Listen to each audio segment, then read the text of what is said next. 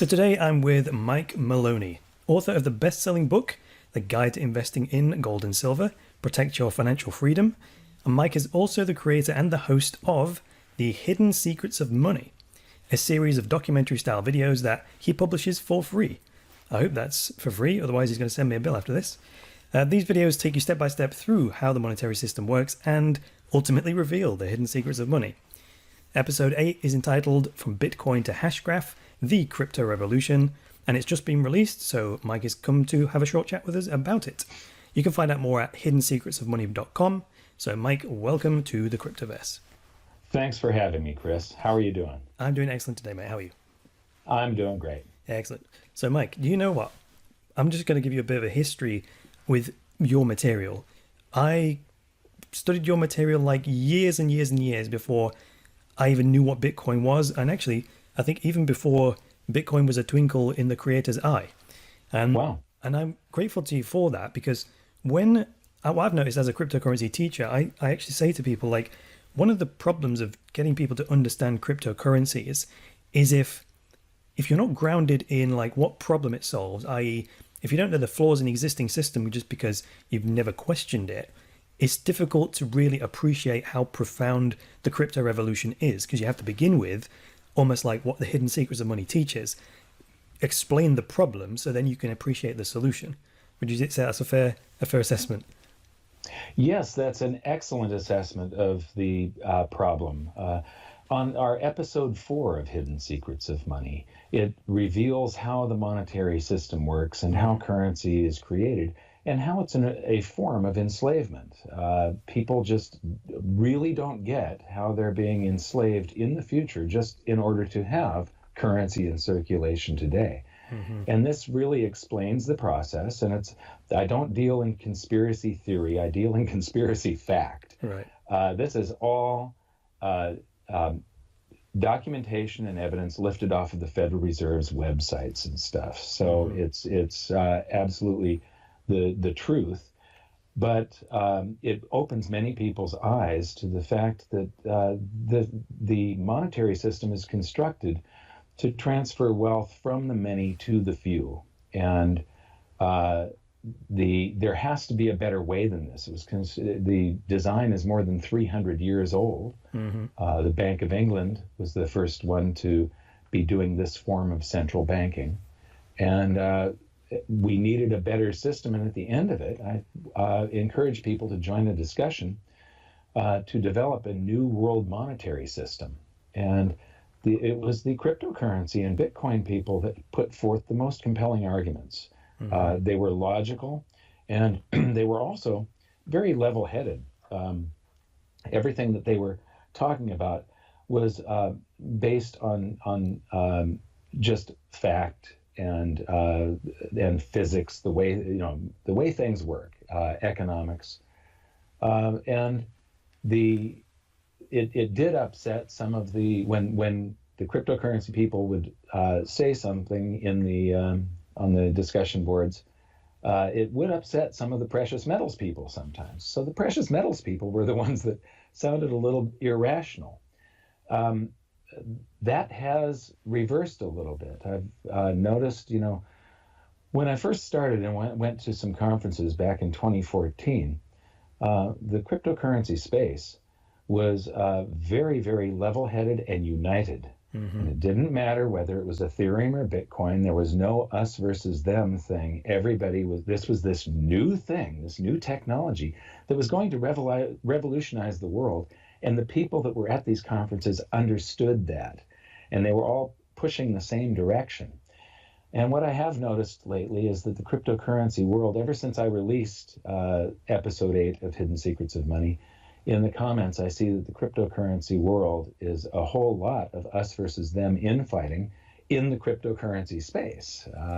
And one of the things that happened with episode 8 is a lot of people thought that I was like advertising or shilling for this new technology called Hashgraph, when what I'm trying to do is report on everybody should be excited to learn the evolution of this whole space, and everybody should be watching this very carefully And I think that we're at a critical turning point in history, and the outcome of the amount of freedom that everybody has on this entire planet is dependent on us being vigilant and actually getting involved with this space instead of waiting until it just like hits us over the head.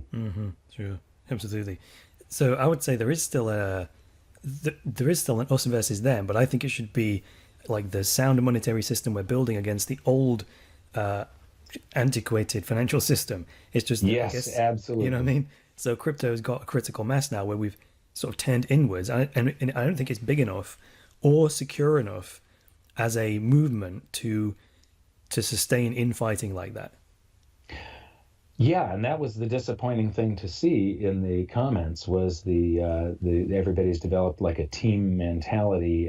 You can have one cryptocurrency, and your cryptocurrency is better than that other guy's cryptocurrency, and you know what? They're all experiments. This is the free market, and the that it's a great example of the free market, and the free market is the source of all prosperity. And so, what I don't want to see is for uh, uh, everybody to end up using the crypto dollar created by the Federal Reserve or the crypto euro or whatever. I would like to see this movement toward freedom. And for that to develop, we need to keep a unity in this space. Sometimes I quote, like, it reminds me of like the Romeo and Juliet story where the families have been fighting for so many generations they've actually forgotten what the feud was about in the first place. And to me, Yeah. that's like the crypto community has forgotten why we got into this in the first place. It was to combat the old system that has which is not equitable and has the opportunity to be corrupt and so on. So that's what I think we've lost sight of, and perhaps it's because people have made a lot of money out of it. Priorities have shifted a little bit. Yeah, people have made a ton of money, and that is simply the free market repricing their time.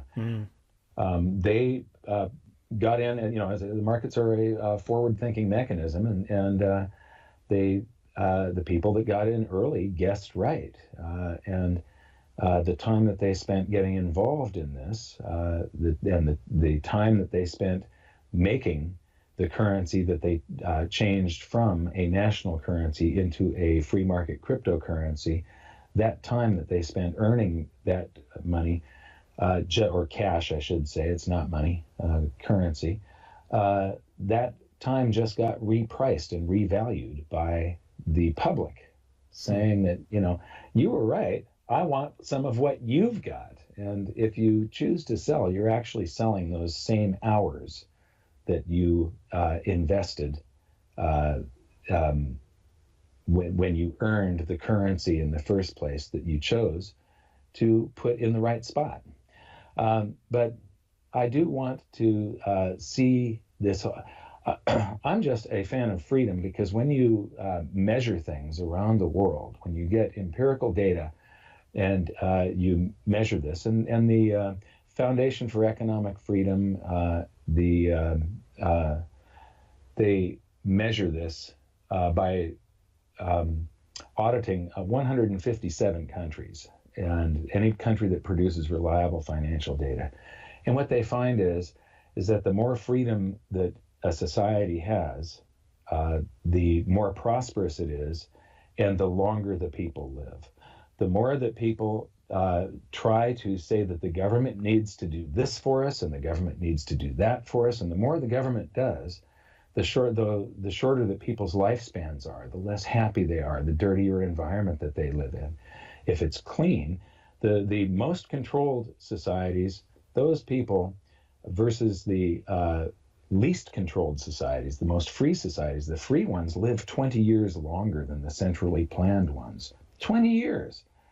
This is an amazing set of facts that you can look at and deal with, and you can say without a shadow of a doubt that freedom leads to prosperity, and cryptocurrencies represent freedom in the monetary space. In the monetary space, half of every transaction is the currency that's involved.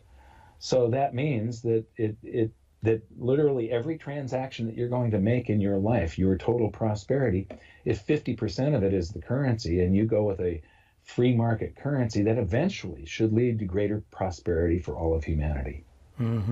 That's an interesting way of putting it, because that moves freedom away from being a value. And if you value those, or if you think those outcomes you described, like longevity and health and all that kind of stuff, if you think they're good things and freedom is the prerequisite or the cause of those effects, then you could say that freedom is objectively good, if you know what I mean. It's not just I value freedom and you don't. You can objectively measure the outcomes of freedom. And if you think those outcomes are good, then freedom is good, just like objectively speaking, right? Right. And cryptocurrencies are a way of sort of opting out of the controlled, there was no, other than gold and silver, those were the ways before of opting out of the system where everything is basically centrally planned by something called central banks. And centrally planned societies are bad, and we know that, and they always fail. Venezuela is going through the process right now of failing, just like the USSR and Mao's China and every other time that but people will still say, oh, I love freedom, and then vote for the government to do more and more and more for them, which means that they're voting for less and less and less freedom, while the words coming out of their mouth is, I want more freedom. And so their actions and their words don't align. And eventually that will end up causing pain and shortened lifespans. And the ultimate remedy or the path to this is education. That's what I think. That's why I got into the education business. In fact, Mike, I quote you sometimes. I say, Mike Maloney says the best investment you can make is in your own education, right? So when did you come to that conclusion, and why is education more valuable than like even precious metals or crypto? Well, back in 2002, I saw that that gold and silver were entering a brand new bull market. There were a whole bunch of factors that said that the previous 20-year bear market that was from 1980 to the year 2000 had ended, and that in 2001, 2002, things had turned. And I started investing in gold and silver back in 2002 and 3. And then by 2004, I saw that that there was a major shift happening, and I wanted to be part of that. And so in 2005, I started writing my book, and I got in touch with what I saw was the biggest bubble that was going on back then was in real estate. And I knew that there were going to be a lot of people hurt, and I wanted to try to keep people from, as many people as possible from being hurt, and get them shifted from the top of a bubble into something that was undervalued. And so in 2005, I contacted Robert Kiyosaki. And Robert Kiyosaki was the real estate guru of all time at that time. And this was the biggest investment sector that there was at the time. But he's got some common sense, and he knows that things aren't just one asset class, that you've got to be open to everything. And he had been a precious metals investor for years. And so when I said I wanted to be the Rich Dad advisor, he wrote the book Rich Dad, Poor Dad, which was the largest selling financial book in history, with, I believe, now over 60 million copies sold and produced in, it's over, I believe it's in 115 languages or something like that. I can't remember how many languages. Sure. It's a lot.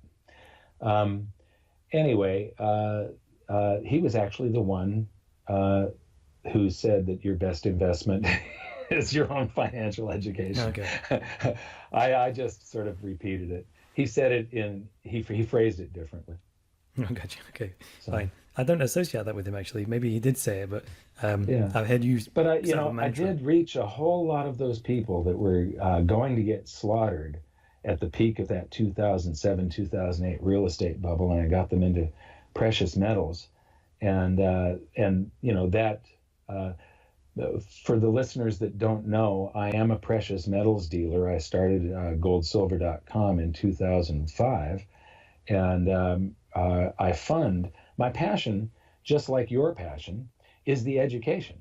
And I'm able to fund these fairly elaborate episodes of Hidden Secrets of Money. And Hidden Secrets of Money, that has no agenda to it. I try and keep my dealership very separate from the education, but the dealership is what funds this. It's the reason that I can do it. And this is what I love doing. And without that dealership, I wouldn't be able to do it. Mm-hmm. Right. That actually answers one of the questions I was going to ask, which is, how come you make these 5-star quality films and then give them away? Right. That's how you're able to do it, and that's why you do it. So that's well, that's how I'm able to do it. Why I do it is just because I love it. And it's because it's just like, why do you do what you do? You're doing something every day. You're getting up and you've got this commitment. And I'm sure that there are some days where you actually don't want to do it.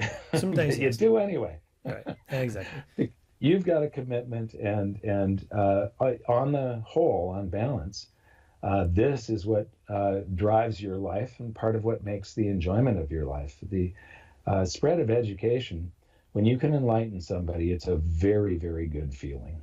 Absolutely. Because you can just imagine what they can do with it. And actually, sometimes you can't.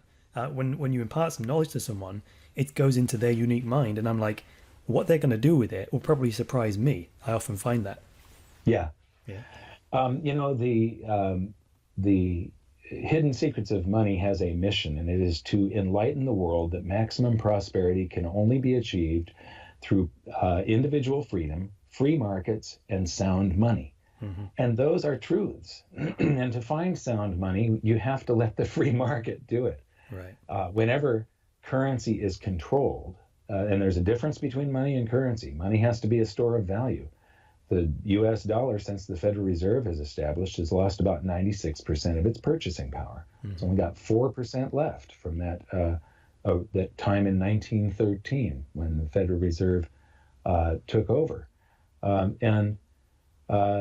So prices don't go up. The purchasing power of the currency used to acquire real tangible assets goes down. Right now, we're in this experiment. Gold and silver have proven to be the only real money over the last 5,000 years. But we've got this brand new thing, cryptocurrencies, and it's sort of like discovering a brand new element. It isn't the governments that can decide how much of it there's going to be. It's going to be the free market, people's judgment. There's going to be wealth transfers that happen. It's going to be very exciting, chaotic. There's going to be winners and losers. But in the long run, one of the things that cryptocurrencies do is they eliminate the middleman in just about everything.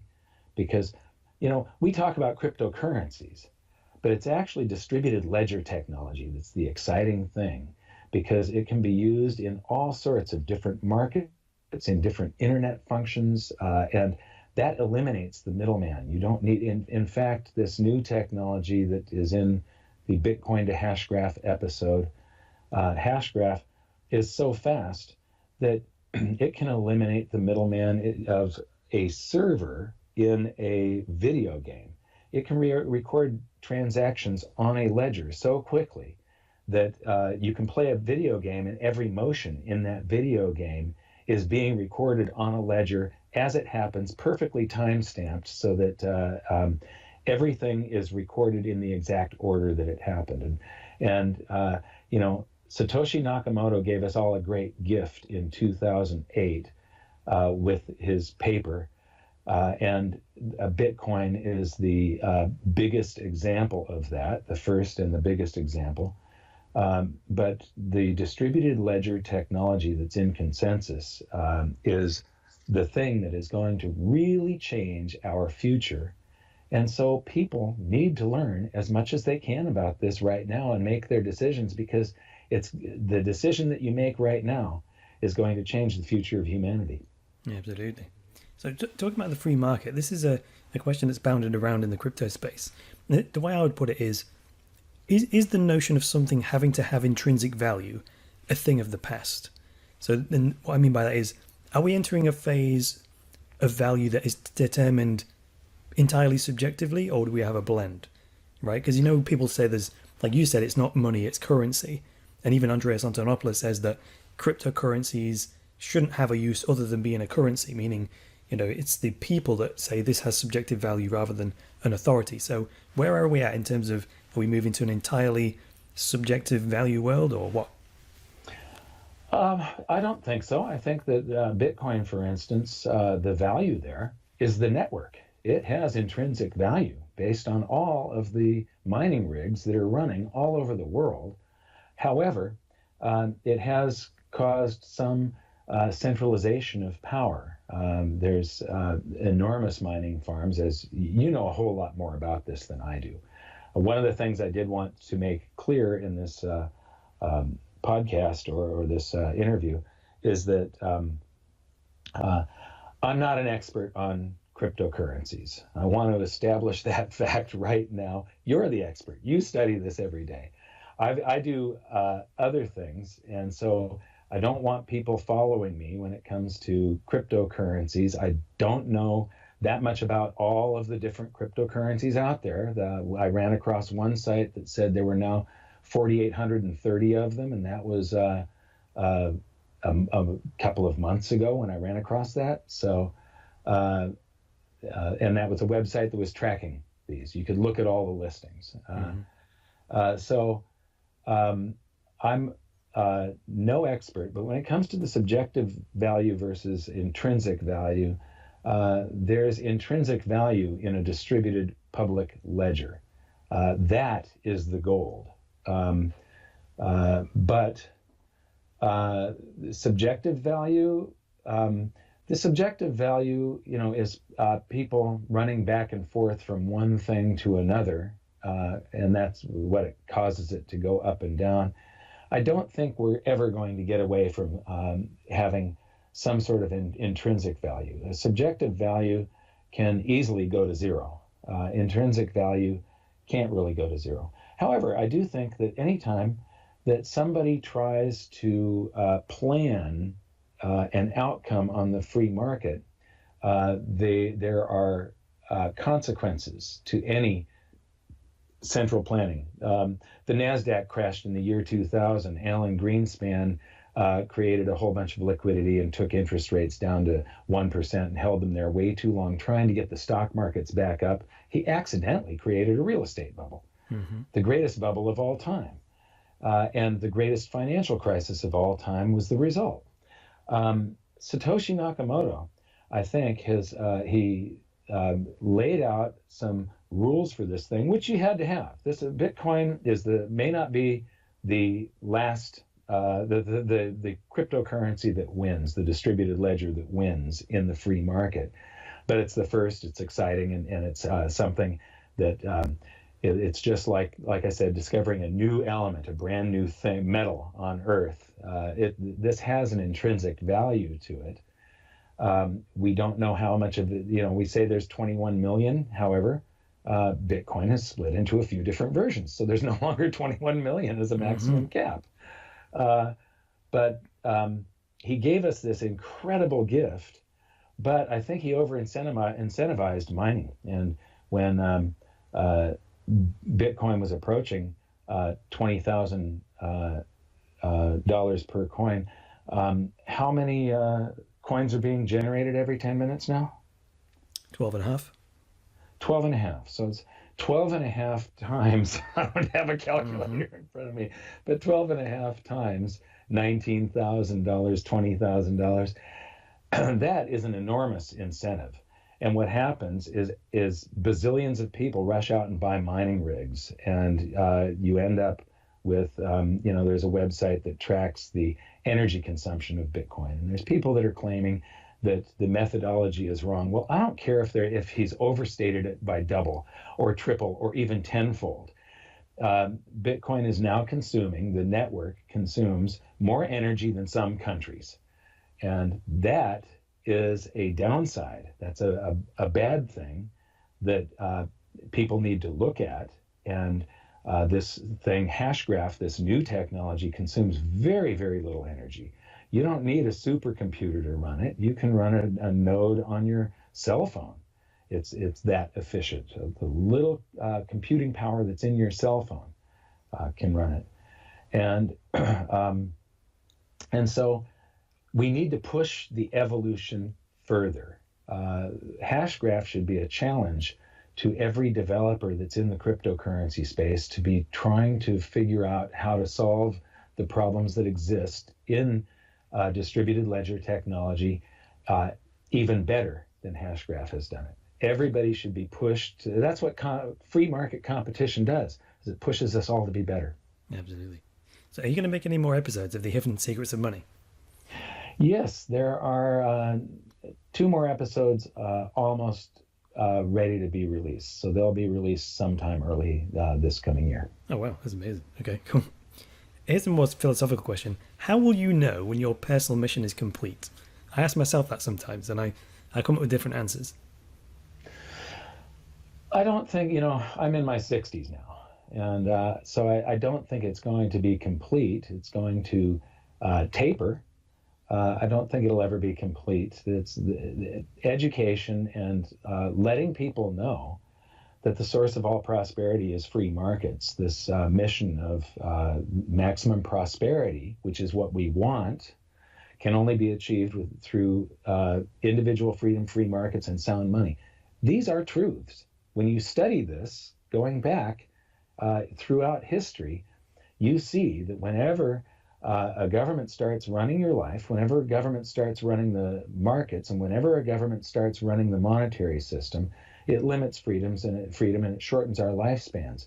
Right now, we really should be living about 200 years, and we should be able to vacation on the moon if we choose. Right, sure. We can't because governments have crushed prosperity in the past, and we keep on shooting ourselves in the foot over and over and over again.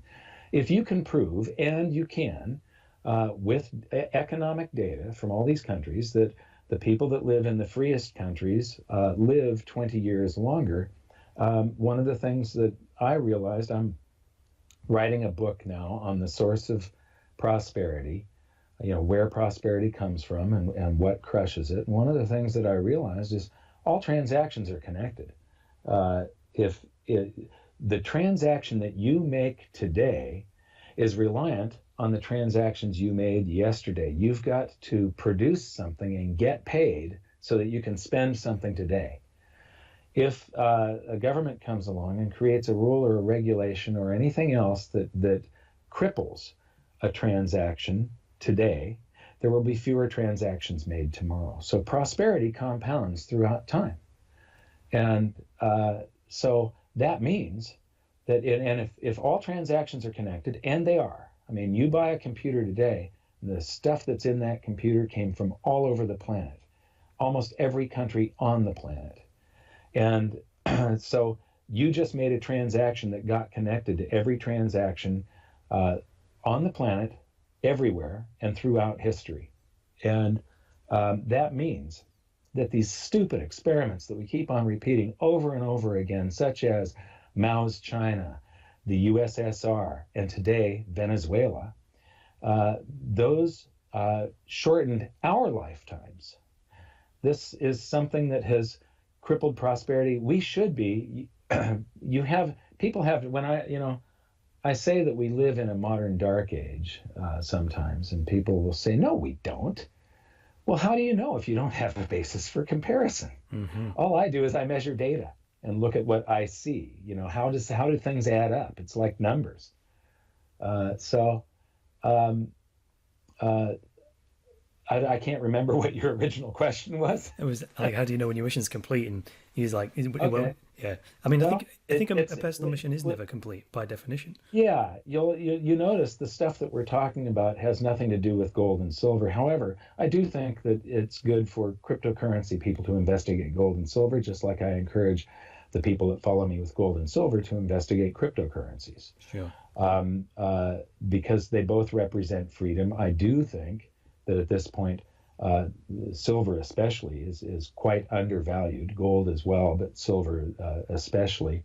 I can't measure cryptocurrencies. I don't know how to look at Bitcoin or Ethereum or Dash or something else, and say whether or not it's overvalued or undervalued compared to the rest of society, because it's brand new and people are just getting into it, which means it could have a ton of headroom. There's people that were saying that Bitcoin was in a bubble, close to 20,000, and we're in a pullback. I don't think that pullback is permanent. I think it's going to go higher eventually. Possibly a lot higher. Possibly John McAfee is right. Maybe he is right. Yeah. So I know when I did some original calculations, that 2014 event that I was at, Trace Mayer is actually the one that invited me to come. Trace had visited my home and visited my business and tried to encourage me to get into the space. I wish I had been there when he visited my business, but I wasn't there when he showed my business partner how Bitcoin works and stuff. And my business partner wasn't interested because he just thought it was too complex. So I missed that little piece of knowledge, that nugget that Trace came there to give us. And so a couple of years later, he invited me to that 2014 event, and we spoke during that event. And one of the things, the analysis I had come up with, I didn't think that there was going to be thousands of other cryptocurrencies at the time. But if there were just a few, Bitcoin did have the potential of going way over $1 million. It depends on what monetary system wins. And it isn't, I talk about dollars.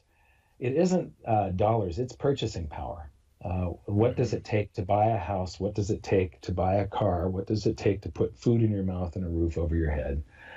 And the amount of purchasing power gains back in 2014 that I saw as a potential for Bitcoin was enormous. And I didn't see that kind of potential in the US dollar. Well, Mike, we've covered a lot of ground there. So is there the anything you want to touch education on? goes on and on and on, and it won't stop. That's the point. So that portion of my mission and my career will remain. It's just a passion, and when you've got a passion, it doesn't stop. It doesn't stop, absolutely. So is there anything else you want to touch on before we close here? No, I think that's it. I think we've really covered a lot. Okay, cool. So where would you point people to find out more about you and your work? Well, the first thing, watch episode 8 of Hidden Secrets of Money. Just Google Hidden Secrets of Money. And after you've watched episode 8, watch the reason that you're watching episode 8, which is episode 4 of Hidden Secrets of Money. You really should understand how the national fiat currencies work, and the reason for cryptocurrencies, and the reason that you want to support this free market movement. It's very, a lot of people are jumping in this to get rich right now. And there's a much more important reason behind the curtain. You got to pull back that curtain and take a look. Absolutely. All right, Michael, thanks very much for being on the Cryptoverse today. Thank you, Chris.